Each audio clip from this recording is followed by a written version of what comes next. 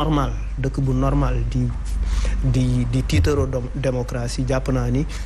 bu nit ñi informer l'autorité te benn gàllankoor amu ci jàpp ma ni effectivement dañ ko war a tere parce que effectivement manifestation tere ko moo gën a compliqué en termes de dépenses en termes de mobilisation de forces de l'ordre tere ko moo gën a compliqué effectivement que autoriser ko parce que toutes les manifestations autorisées jàng nañ ci ni effectivement mais est-ce que du contexte bi puisque bu ñu gisee ne dans d'autres localités dañu ko fa autoriser ici à Dakar contexte peut-être ñu nekk ci pré-campagne li fi jot a am ci violence. oui taxul ñu interdire cette manifestation. feneen am na pré-campagne du Dakar rek moo am pré-campagne donc en fait pour man manifestation da nga koy encadrer boo ko teree li ngay indi mooy tu radicalises les gens radicaliser effectivement ñi nga xamante ne dañu soxla manifester pour au moins nga dégg leen parce que xëy na président mën na am ay conseillers et cetera ñu koy wax loo xamante ne amul le plus important pour un président de la République c'est d'écouter quand même la rue c'est important d'écouter la rue parce que la rue c'est le peuple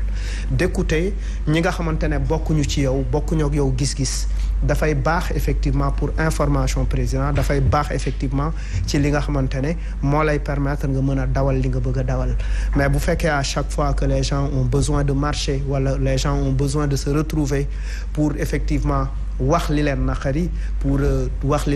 à chaque fois nga tere ko ça devient compliqué ça radicalise les gens te li muy jural réew mi mooy fitna.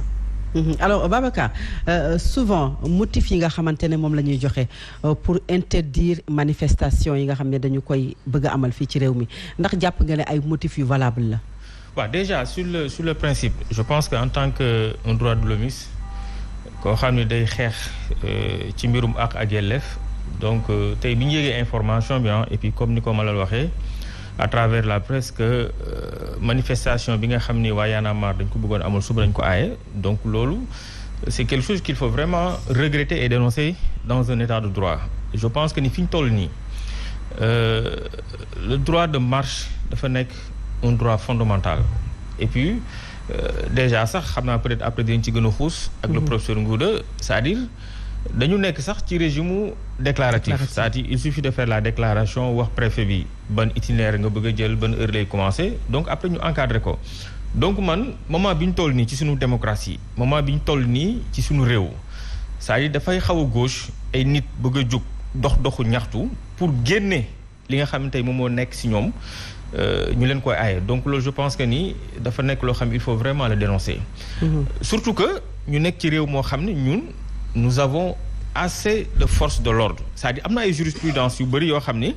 je me rappelle à l'époque Alioune Tine ak Rado mosoon nañu fi attaqué benn décision wu préfet au niveau de la Cour suprême pour le recours pour excès de pouvoir mais le juge suprême dafa xamal carrément autorités yi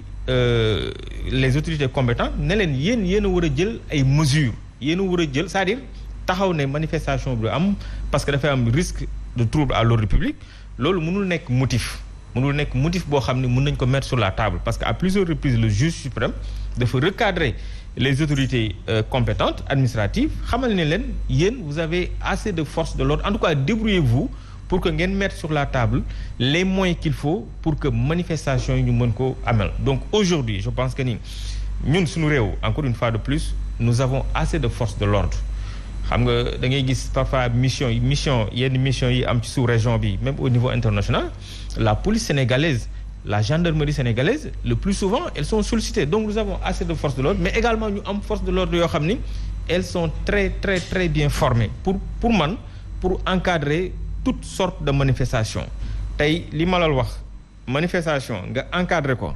c'est encore beaucoup plus simple. mais bu ñu déggee Babacar marche bi bu ñu déggee mouvement Y'en a marre dégg FRAPP maanaam organisation de la société civile yi nga xam ne ñu ngi ci biir ñu ngi waxee ne bi yoon dañuy soppi fa ñu ko doon defee maanaam dañuy jógee fa nga xam ne mooy université Cheikh Anta Diop bu Ndakaaru ndiiraan boobu war leen topp ba fa nga xamante ne foofu la ñuy jeexalee est-ce que tamit trouble à l'ordre public bi mënul nekk peut-être une raison foofu noonu Fatou Abdou tey bu ñu nekkoon ci contexte boo xam ni